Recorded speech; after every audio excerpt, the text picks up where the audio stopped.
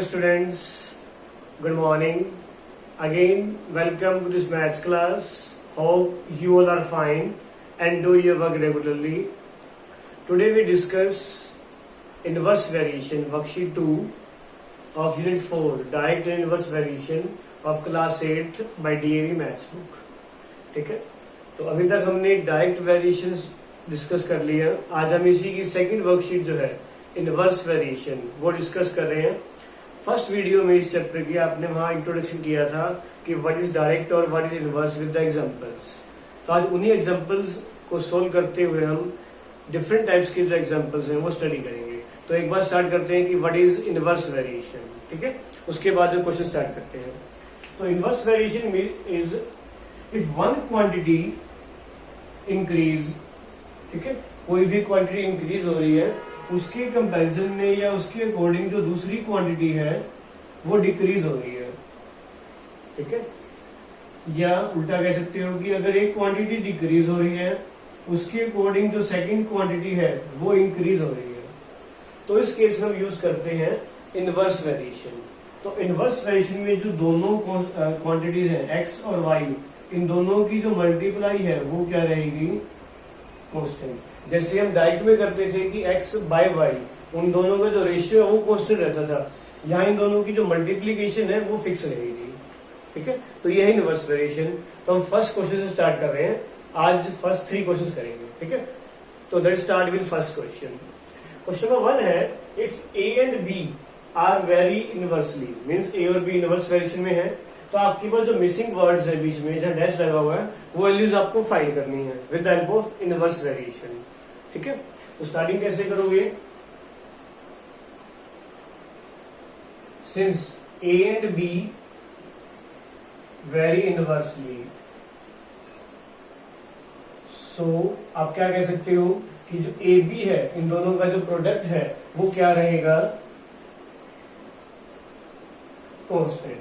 ठीक है, और जो मिसिंग वैल्यूज हैं उनको मैं सिंपल ले दिया. सपोज करो इसको मैं एक्स दे रहा हूं और या वाई, एक्स वाई, एक्स और वाई.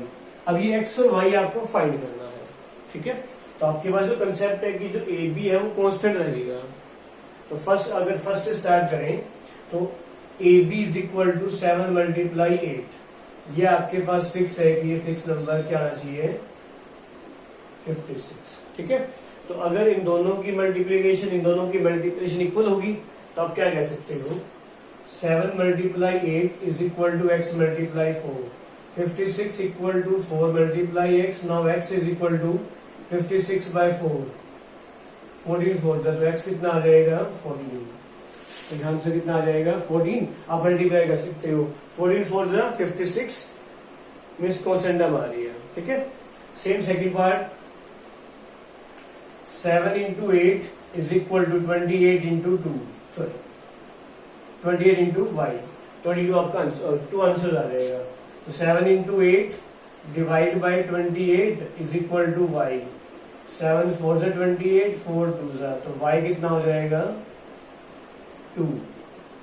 तो यहाँ आंसर कितना आ जाएगा आपका, 2. ठीक है, तो वही आपका कंसेप्ट है कि जो एक्स वाई है product of two numbers is remain constant. तो वही आप करेंगे. 7 8 जा 56, 44 जा 56, 28 2 जा 56. ठीक है, सेम सेकंड पार्ट है. एक जो थर्ड पार्ट है वो आप ट्राई कीजिएगा. सेकंड पार्ट मैं करके दे रहा हूं. सेकंड पार्ट भी सेम है कि जो ए बी है वो वेरी इनवर्सली है. तो क्या रहेगा, तो अगर फर्स्ट स्टार्ट करते हो तो 2.5 multiply 8 is equal to 4 multiply X. यही होगा. इन दोनों का प्रोडक्ट और इन दोनों का प्रोडक्ट क्या हो जाएगा, इक्वल. तो यूज कीजिए 2.5 multiply 8 divide by 4 is equal to X. 4 2 सा, तो एक्स कितना हो जाएगा, 2.5 का डबल हो गया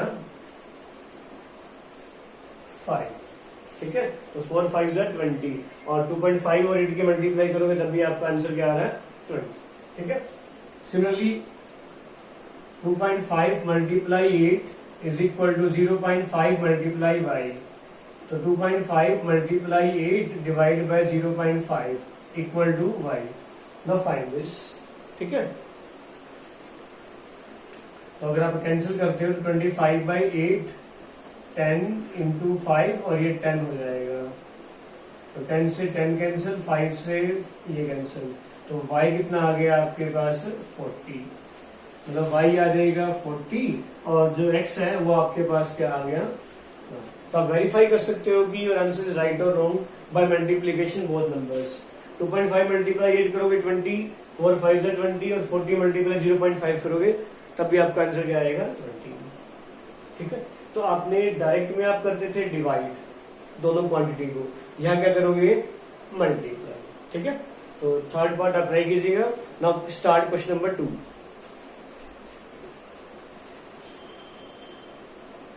सेम एज वर्कशीट फर्स्ट, कि फर्स्ट ऑफ ऑल आप वर्डिंग रीड कीजिए।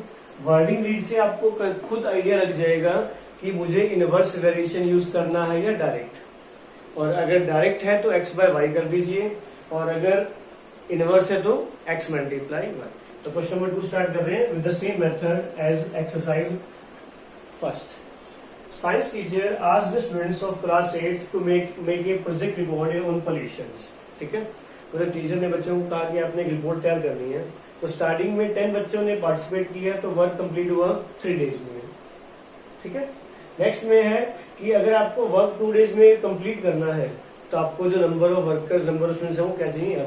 आपको जब होम का जो कंस्ट्रक्शन करते हो आप उसके अकॉर्डिंग लगा के लिखिए जी। अगर ज्यादा मजदूर होंगे तो काम आपका जल्दी होगा, और कम मजदूर होंगे तो काम आपका थोड़ा लेट होगा।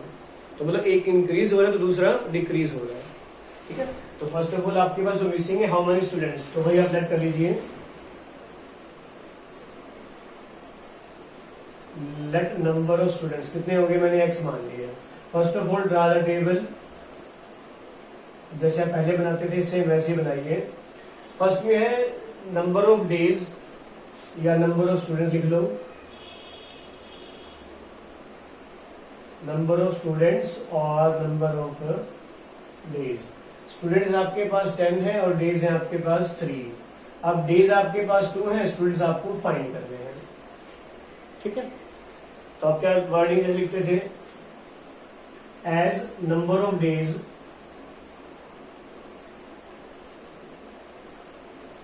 Decreases and number of students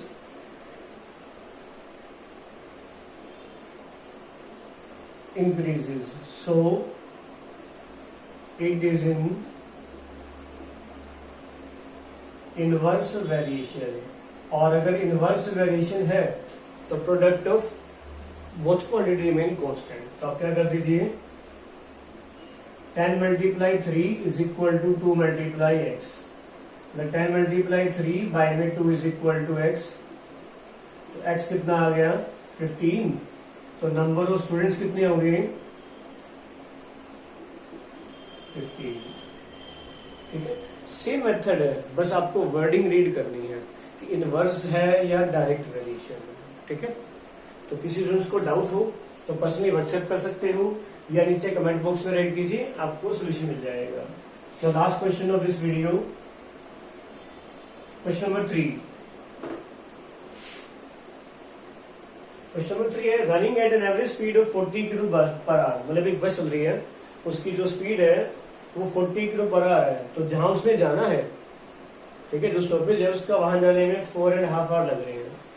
ठीक है, तो ये कहता है कि अगर रिटर्न कर रहा है तो देन ड्राइवर ने अपनी जो स्पीड है गाड़ी की वो क्या कर दी, इंक्रीज कर दी 40 to 45। तो ऑब्वियस है कि अगर आप गाड़ी की स्पीड इंक्रीज करोगे तो आपको जहां जाना है वहां जाने में कम टाइम लगेगा।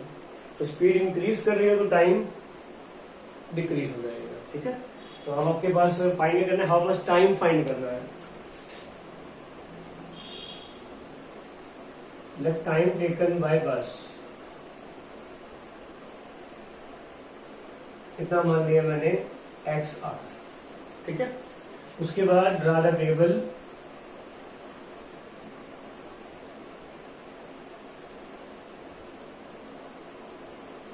Speed and time. स्पीड आपके पास है किलोमीटर पर आवर, टाइम है आर में। स्टार्टिंग में स्पीड आपको गिवन है 40, टाइम है 4 1/2 आवर। तो 4 1/2 को आप 9/2 लिख सकते हो। ठीक है, अब आपके पास जो स्पीड है वो इंक्रीज कर दी 40 to 45.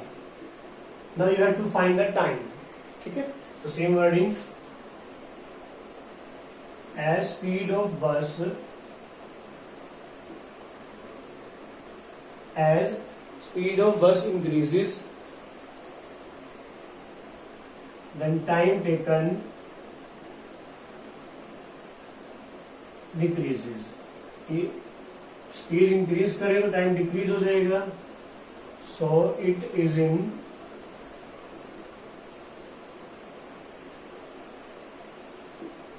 Inverse variation. तो इनवर्स में आप क्या करते हो, प्रोडक्ट. ठीक है, तो प्रोडक्ट कीजिए. 40 multiply 9/2 is equal to 45 into X. ठीक है, तो इसको पहले कैंसिल कर रहा हूं, ये हो जाएगा 20. तो 20 into 9 divide by 45 is equal to X. 9 5 से 45, 5 4 से एक्स कितना आ गया 4. सो टाइम टेकन बाय बस टू रिटर्न होने में कितना टाइम लगा, 4. ठीक है, तो ये था आपके आज के 3 क्वेश्चन ऑफ वर्कशीट 2. तो होमवर्क भी यही है कि जो फर्स्ट 3 क्वेश्चंस ऑफ एक्सरसाइज या सेकंड वर्कशीट है उसके आपने फर्स्ट 3 क्वेश्चन सोल्व करके लिखिए. Thanks for watching my video and have a nice day.